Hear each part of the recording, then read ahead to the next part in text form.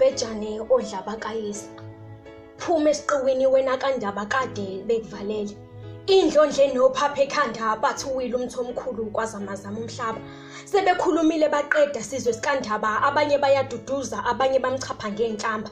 Inkayishane kaMenze yaphuza umlaza ngameva, unogwaja omuhle ngomlenze, olumisile isiko lethu noma sebezama ukuliketula. Kuningi ke okuzoshintsha ngilifungi lembele qamanya amalembe ngokukhalipha. Bantwana besilo sikaZulu, undabezitha, umntwana usenza ngakhona, izinyane kamalandela ngokulandela inkomo zamanye amadoda. Lesike isizukulwane sikasenza ngakhona, usenza ngakhona ozala umpande ozala ucetshwayo, ucetshwayo ozala uDinizulu, uDinizulu ozala uSolomoni, le inzalo kaBhekizulu. Bayasitshala siyakuhluma, siqhume bese sinibheke wonke amaZulu, ngangezulu nezwe lakhe. Isilo sokuqala esabusa iminyaka engaphezulu kwamashumi 4 kanye nesishiyagalombili. Ndabezitha